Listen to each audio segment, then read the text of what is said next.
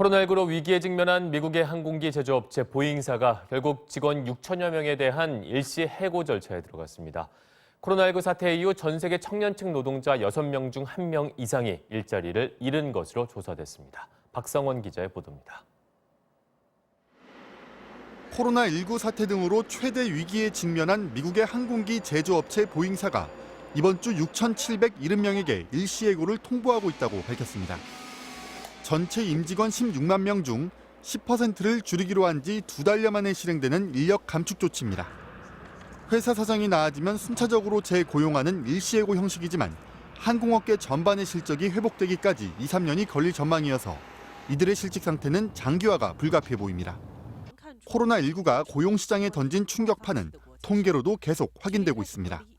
국제노동기구 조사 결과 코로나19 사태 이후 전 세계 청년층 노동자 6명 중 1명 이상이 실직한 것으로 나타났습니다.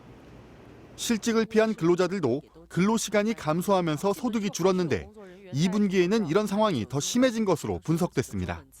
The loss is the equivalent of 305 million full-time employment posts. 특히 관광산업 등에서 직격탄을 맞은 유럽에서는 유럽연합이 우리 돈 1,020조 원 규모의 지원기금 조성을 제안했습니다. EU 집행위원회의 높은 신용 등급으로 돈을 빌려 피해 국가를 돕자는 건데 지원금의 3분의 2는 되갚을 의무가 없는 보조금, 나머지는 대출로 처리한다는 계획입니다. The Commission is today proposing a new recovery instrument called Next Generation EU, worth 750 billion euro. 이런 구상이 실현되려면 EU 27개 회원국이 모두 동의하고 유럽의회의 비준도 받아야 합니다.